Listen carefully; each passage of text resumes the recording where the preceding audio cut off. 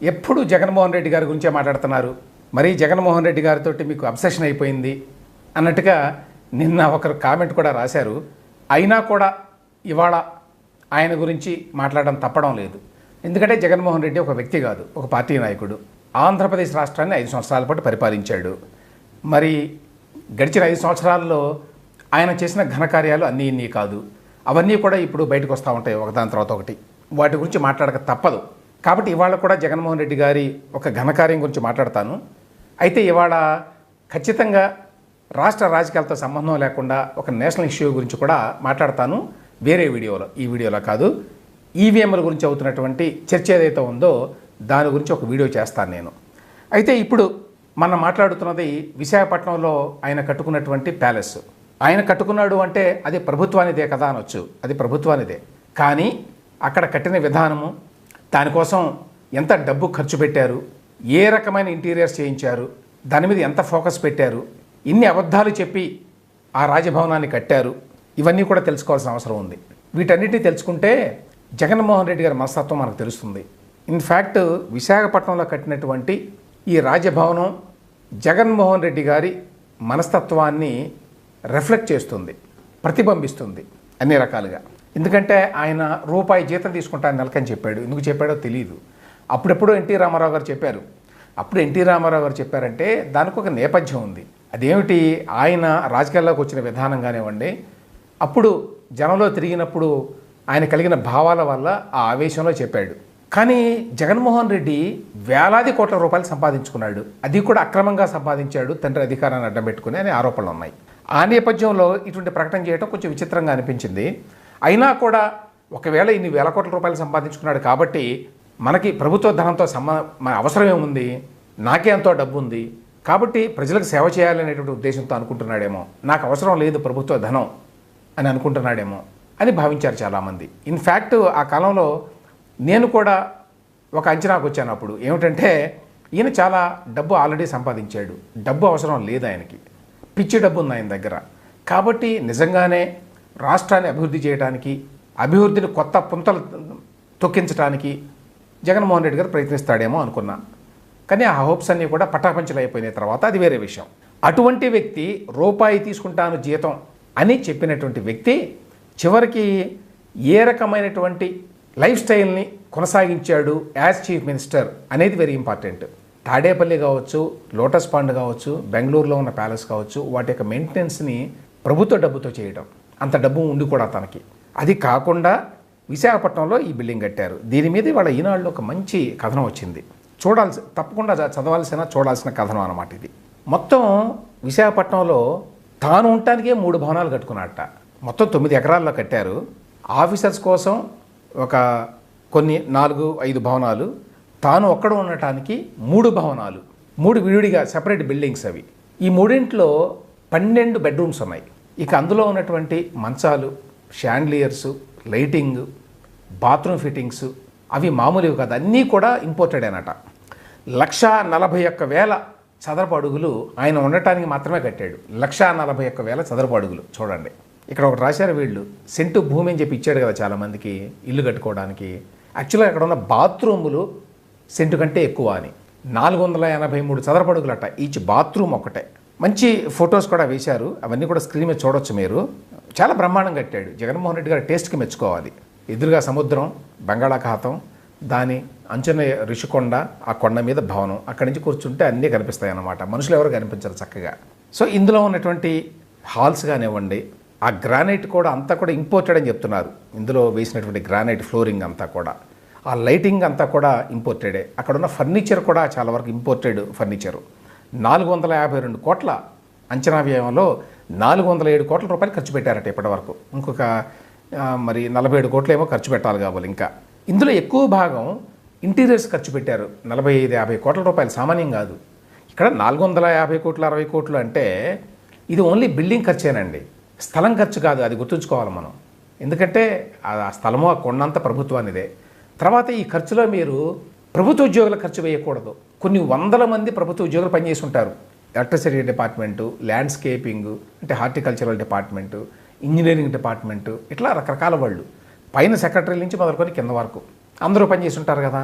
వాళ్ళందరికీ మామూలుగా వేరే వాళ్ళు ఎవరన్నా కట్టుకోవాలంటే నెల జీతాలు ఇవ్వాలి, వాళ్ళకి భారీ ఎత్తున ఫీ కట్టాలి. అవేమీ లేవు. అవి కాకుండా అన్నమాట ఈ 452 కోట్ల రూపాయల ఖర్చు. దాని యొక్క ఫసాడ్, బిల్డింగ్ ఫసాడ్ కానివ్వండి, అంటే దాని ఎలివేషన్ అంటారు కదా, అవన్నీ కూడా చాలా బ్రహ్మాండంగా కట్టాడు. అంటే ఎదురుగా 2-3 అంతస్తుల హైట్లో ఉండేట్టుగా ఎంట్రన్సే. 7,266 చదరపు మీటర్లలో ఆఫీసులు ఉన్నాయట ఆయనకి, జగన్మోహన్ రెడ్డి గారికి. 300 నుంచి 500 మంది పట్టడానికి కాన్ఫరెన్స్ హాల్స్ కట్టుకున్నాడు. ఇది ఇల్లు కాకుండా పక్కన ఇవన్నీ కూడా 200 మందికి పైగా కూర్చునేందుకు వీలుగా హోమ్ థియేటర్ ఒకటి కూర్చొని చూడొచ్చు అనమాట. ఏదైనా సరే సినిమాలు కావచ్చు, మరొకటి కావచ్చు. కారిడారు ఎంత హ్యూజ్గా ఉందో ఫోటోలో చూడొచ్చు మీరు. తర్వాత దాని బయట ల్యాండ్స్కేపింగ్ కూడా చాలా బాగా ఖర్చు పెట్టారు. ఇదంతా ఎట్లా బయటపడింది? నిన్న గంటా శ్రీనివాసరావు గారు కొంతమంది విలేకరుల వాళ్ళని తీసుకొని వెళ్ళి దాన్ని ఓపెన్ చేశాడు. ఎందుకంటే ఆ రాజభవనాన్ని ఇంతవరకు చూసిన వాళ్ళు లేరండి. అది గొప్పతనం. అంత గోప్యత పాటించారు, అంత స్ట్రిక్ట్గా ఉన్నారు, ఎవరు ఫోటోలు తీయడానికి వీల్లేదని. సో మొట్టమొదటిసారిగా చూస్తున్నాం మనం ఇంటీరియర్ ఎట్లా ఉందని. ఏదో బయట నుంచి కొద్దిగా గతంలో కొన్ని ఫొటోస్ బయటకు వచ్చినాయి, కానీ ఇంటీరియర్ కానీ ఆ దగ్గర నుంచి కానీ ఫొటోసే లేవు. హాల్స్ కానివ్వండి, కారిడార్స్ కానివ్వండి, దగ్గరగా మెరిసిపోతున్నాయి. అసలు బాత్రూమ్స్ ఏ సైజులో ఉన్నాయో చూడొచ్చు మీరు. ఆ బాత్రూమ్ టబ్స్ కూడా ఇవన్నీ ఇంపోర్టెడ్ అట. బాత్రూంలో కూర్చొని చూడడానికి 100 ఇంచుల టీవీ స్క్రీన్స్ కూడా ఉన్నాయట అందులో. So most expensive bath tubs, bath fittings, chandeliers, ఫ్యాన్లు కూడా చాలా ఎక్స్పెన్సివ్ అని చెప్తున్నారు. ఒక్కొక్కటి 35-40 వేలు ఉంటుంది హోల్సేల్లో కొన్నా కూడా. సో ఇక్కడ మెయిన్ పాయింట్ ఏమిటంటే ఇవన్నీ కట్టడం ఎలా జరిగింది అనేది. ఇదిగో ముఖ్యమంత్రి గారి కోసం ఇవి కడుతున్నారు అంటే అదొక విధానం. ముఖ్యమంత్రి కోసం చాలా కంఫర్టబుల్గా ఉండేటువంటి ఆఫీస్ సౌకర్యాలు ఉండకూడదు అని చెప్పి అనేవాళ్ళలో నేను లేను. ఖచ్చితంగా ముఖ్యమంత్రి అనే వ్యక్తికి, లేక ఏదైనా ముఖ్యమైన పదవుల్లో ఉన్న వ్యక్తులకి కంఫర్టబుల్గా ఉండేటువంటి సరౌండింగ్స్, ఆఫీస్ సెట్టింగు అంతా ఉండాలి. అందులో ఏదో చాలా పెద్ద పొదుపు పాటించాలి అనేటువంటి భావన అవసరం లేదు. కానీ అది అవసరమైన కంఫర్ట్స్ కాకుండా విలాసంగా ఉండకూడదు, ఒక పాయింట్. రెండవది, ఇక్కడ కట్టిన విధానం చూడండి. వైజాగ్లో కట్టినవి మీరు ఏం చెప్పారు? రిసార్ట్ల కోసం అని చెప్పారు. అదే విధమైనటువంటి జీవోలు ఇచ్చారు, రిసార్ట్ కడుతున్నాము అని. ఇది గమనించాల్సింది ప్రజలు. అదేంటంటే పారదర్శకంగా ఇది ముఖ్యమంత్రి కోసం కడుతున్నాము అని చెప్తే అది వేరే విషయం. అంటే నియంతల పాలనలో అట్లా ఉంటుందండి, ఏది నిజం చెప్పరు. రిసార్ట్స్ కోసం అని చెప్పారు, రిసార్ట్స్ కోసం జీవోలు ఇచ్చారు. అంతేకాదు ఆ రిషికొండ మీద కట్టడానికి కేంద్ర ప్రభుత్వంలో ఉన్నటువంటి పర్యావరణ విభాగం యొక్క అనుమతులు కావాలి. దానికి చాలా స్ట్రిక్ట్గా ఉంటాయి ఆ రూల్స్, రెగ్యులేషన్స్ అన్నీ కూడా. ఎందుకంటే సిఆర్జెడ్ కిందకు వస్తుంది, కోస్టల్ రెగ్యులేటరీ జోన్ కిందకు వస్తుంది రిషికొండ. ఎందుకంటే సముద్రానికి పక్కనే ఉంది. అక్కడ పెద్ద పెద్ద నిర్మాణాలు జరగాలి అంటే అనుమతులు కావాలి. అంటే సాధారణంగా అనుమతులు ఇవ్వరు. ఇది ప్రభుత్వం కాబట్టి కొంత వెసులుబాటు ఉంటుంది. అయినా కూడా అక్కడ ఏం చెప్పారు వాళ్ళకి? గతంలో ఉన్న రిసార్ట్లను తీసేసి కొత్త రిసార్ట్ కడుతున్నాం అంతే. అక్కడ గతంలో రిసార్ట్ ఉండేది, అయితే అన్నీ కూడా సింగిల్ ఫ్లోర్ ఉండేవి. అంటే కింద కాకుండా పైన యాక్చువల్గా ఉంటాయి, కింద బేస్మెంట్ ఉంటుంది అంతే. అంతకుమించి ఎత్తు కట్టలేదు ఆ కాలంలో, ఎందుకంటే అనుమతులు లేవు దానికి. ఎప్పుడో కట్టారు అవి, బహుశా ఎన్టీ రామారావు గారు ఉన్న కాలంలోనే కట్టారేమో ఆ రిసార్ట్స్. వాటిని తీసేసి కొత్తగా కడతామని అని చెప్పారు. కంప్లీట్లీ టూరిజం పర్పస్ అని చెప్పారు. పాత రిసార్ట్స్ తీసి కొత్త రిసార్ట్స్ కడతామని చెప్పారు అని అనుమతులు తీసుకున్నారు ఆ మేరకి. అయినా కూడా అక్కడ కేంద్ర పర్యావరణ శాఖ చాలా రకాల నిబంధనలు పెట్టింది. ఆ నిబంధనలకు లోబడి కడతాము అని చెప్పారు. అయినా కూడా కట్టలేదు అని చెప్పి చాలామంది కోర్టుకు వెళ్ళారు. కోర్టుకు వెళ్ళినప్పుడు కూడా అనేక అబద్ధాలు చెప్పారు. యాక్చువల్గా ఆ కొండని గుండు కొట్టించినట్టు కొట్టించారు. అవన్నీ కూడా చేయలేదని, వాటికన్నీ ముసుగులేసి వాటి మీద గ్రీన్ మ్యాట్స్ వేసి తప్పుదోవ పట్టించడానికి ట్రై చేశారు. ఎందుకంటే హైకోర్టు వాళ్ళు చాలా రకాల కమిటీలు వేశారు, మీరు వెళ్ళి పరిశీలించండి అని. సరే, చివరిగా కొన్ని వైలేషన్స్ ఉన్నాయని కూడా ఈ మధ్యకాలంలో ఒక రిపోర్ట్ కూడా ఇచ్చారు. అదేమవుతుందో కోర్టులో తెలియదు. ఈలోగా ఏం జరిగింది? ఈ రిషికొండ మీద కట్టినటువంటి ఈ ప్యాలెస్ అంతా కూడా రిసార్ట్స్ అని పదే చెప్పి జీవోలు ఇచ్చి, మరొక పక్కన ప్రజలకేమో ఇది ముఖ్యమంత్రి గారి కోసమే, ఎగ్జిక్యూటివ్ క్యాపిటల్ విశాఖపట్నం, దానికోసమే కడతాం, అవును ఇక్కడ ముఖ్యమంత్రి ఉంటాడు, రేపే రాబోతున్నాడు, నెక్స్ట్ మంత్ రాబోతున్నాడు, 3 నెలల తర్వాత రాబోతున్నాడు, నెక్స్ట్ జూను, లేదు ఉగాది, లేదు వచ్చే సంక్రాంతి అని దాదాపు 3 సంవత్సరాల నుంచి చెప్పారు. గుర్తుకు తెచ్చుకోండి. కోర్టుకేమో ఒక మాట చెప్తారు, ప్రజలకేమో మరో మాట చెప్తారు. ఒక ముఖ్యమంత్రి కోసం కట్టేటువంటి భవనాన్ని, ఒక పరిపాలనా కేంద్రాన్ని అన్ని అబద్ధాల పునాదుల మీద నిర్మించాలా? ఎందుకు అబద్ధాలు చెప్తున్నారు అంటే మీరు ఏదో తప్పు చేస్తున్నారు.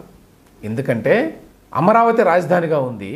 అమరావతి రాజధానిగా ఉన్నప్పుడు విశాఖపట్నంలో ముఖ్యమంత్రి కోసం ఇల్లు ప్లస్ పరిపాలనా కేంద్రం అది కడితే కోర్టులో ఇబ్బంది అవుతుందని చెప్పి ఈ అబద్ధాలని చెప్పారు. చివరికి లాస్ట్ విశాఖపట్నంలో జరిపిన ఒక మీటింగ్లో జగన్మోహన్ రెడ్డి నేను వచ్చేస్తున్నాను, బహుశా సెప్టెంబర్ కావచ్చు, అక్టోబర్ కావచ్చు, లేదా డిసెంబర్ కావచ్చు అన్నట్టుగా మాట్లాడాడు. గుర్తుకు తెచ్చుకోండి, డిసెంబర్లో రావడం ఖాయం అన్నట్టుగా మాట్లాడాడు. Last December. అది కాలేదనుకోండి. ఎందుకు కాలేదంటే దాంట్లో బోల్డ్ లీగల్ ఇష్యూస్ ఉన్నాయి కాబట్టి. సో ఆ రకంగా అన్ని పచ్చి అబద్ధాలు చెప్పి నిర్మించాడు ఆ భవనాన్ని. అది పాయింట్. అది గవర్నమెంట్ కిందనే ఉన్నది. ఇవాళ కొత్త ప్రభుత్వం వచ్చింది, చంద్రబాబు నాయుడు గారి ప్రభుత్వం, ఆయన కిందకు వచ్చింది. అది వాస్తవమే. అక్కడ ఖర్చు పెట్టిన డబ్బంతా జగన్మోహన్ రెడ్డి ఏమి తీసుకెళ్ళలేదు అనే మాట వాస్తవమే. కానీ అంత విలాసవంతంగా తన కోసం భవనం కట్టుకున్నాడు. తాను మళ్ళీ ముఖ్యమంత్రిగా వస్తాను అనేటువంటి నమ్మకంతో కట్టుకున్నాడు. అది గ్రహించాల్సింది. ఏ స్థాయిలో తను ఒక్కడో ఉండటం కోసం, తన భార్య మాత్రమే ఉంటారు కదా, వాళ్ళ కోసం 12 బెడ్రూమ్లు అవసరమా? అది ఎక్సెసివ్ కాదా? అంటే వ్యక్తిగతంగా ప్రభుత్వ ధనంతో, ప్రజాధనంతో ఎంత విలాసవంతంగా బతకొచ్చు అని ప్రూవ్ చేశాడు జగన్మోహన్ రెడ్డి. ఎక్కడో సద్దాం హుస్సేన్ ఇట్లా చేశాడని, ఈ మధ్య ఆఫ్ఘనిస్తాన్లో తాలిబన్లు ఆక్రమించిన తర్వాత వాళ్ళు గత ప్రభుత్వాల్లో మంత్రులు ఎంత విలాసవంతంగా కట్టుకున్నారని చెప్పి వీడియోలు చేశారు తాలిబన్లు. ఎందుకంటే తాలిబన్లు చాలా సింపుల్గా ఉంటారు. రిలీజియస్ ఫెనటిక్సే కానీ వాళ్ళ జీవితం మాత్రం సింపుల్గా ఉంటుంది. వాళ్ళు అవన్నీ వీడియోలు తీసి పెట్టారు. గత ప్రభుత్వంలో మంత్రులు ప్రజాధనంతో, అమెరికా వాళ్ళు వీళ్ళు ఇచ్చిన డబ్బులతోటి ఏ రకంగా కట్టుకున్నారు వాళ్ళ బాత్రూములు, వాళ్ళ ఇళ్ళు అని చెప్పి. ఖచ్చితంగా అదే విధంగా ఉంది నాకు విశాఖపట్నంలో జగన్మోహన్ రెడ్డి ప్రజాధనంతో కట్టుకున్నటువంటి ప్యాలెస్. ఆయనకి ఆ ప్యాలెస్లో పిచ్చేవిటో తెలియదు. అన్నీ కూడా 2 ఎకరాలకు తక్కువ లేవు ఎక్కడ. లోటస్ పాండ్లో హైదరాబాద్లో బహుశా బంజారా హిల్స్ లాంటి సెంట్రల్ ప్లేస్లో 2 ఎకరాల్లో ఇల్లు ఉన్నటువంటి ఏకైక వ్యక్తి జగన్మోహన్ రెడ్డి అనుకుంటున్నాను నేను. అదేవిధంగా బెంగళూరులో దాదాపు 30 ఎకరాల్లో ఉంది. తాడేపల్లిలో కూడా దాదాపు 2 ఎకరాలు. అది పులివెందుల్లో కూడా ఎంత ఉన్నదో తెలియదు, ఎకరం పైనే ఉంది అక్కడ కూడా. Huge palace. సో ఆ ప్యాలెస్లో పిచ్చి బాగా ఉంది ఆయనకి. అది ఒకటి. ఇప్పుడు ఇవన్నీ బయటపడుతుంటే ఏమంటాడు, ఇది వైఎస్ఆర్సీపీ వాళ్ళ ట్వీట్ అండి నిన్న. వీళ్ళ యొక్క జస్టిఫికేషన్ ఏంటో తెలుసా? ఇవి కట్టడానికి విశాఖపట్నానికి గత ప్రభుత్వం ఇచ్చిన ప్రాధాన్యతను దృష్టిలో ఉంచుకొని ఈ భవనాలు నిర్మించారు. విశాఖపట్నానికి ప్రాధాన్యం ఇచ్చామని చెప్పి ప్యాలెస్ కట్టారా జగన్మోహన్ రెడ్డి ఉండటానికి?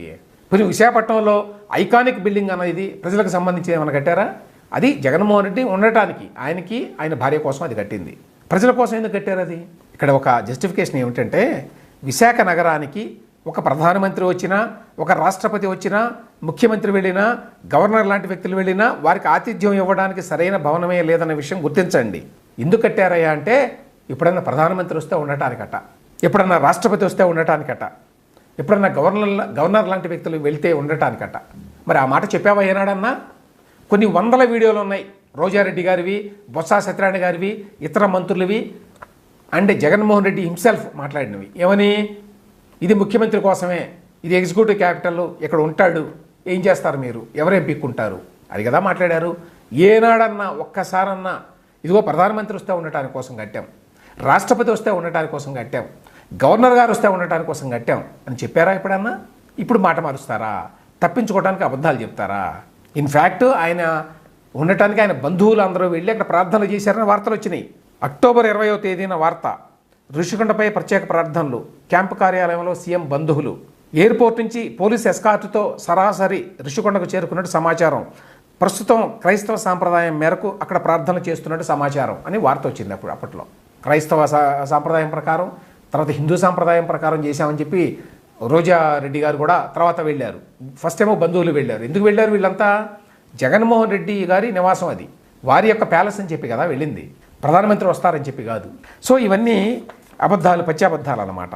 నియంతలు మధ్యయుగాల్లో చక్రవర్తులు కానివ్వండి, ఆధునిక యుగంలో ఇట్లా నియంతలుగా మారిన పాలకులు కానివ్వండి, వీళ్ళు విలాసవంతమైన భవనాలు కట్టుకొని అందులో బెడ్రూములు, అందులో బాత్రూములు, ప్రజాధనంతో విచ్చలవిడిగా ఖర్చు పెట్టడం అనేది ఉంటుంది.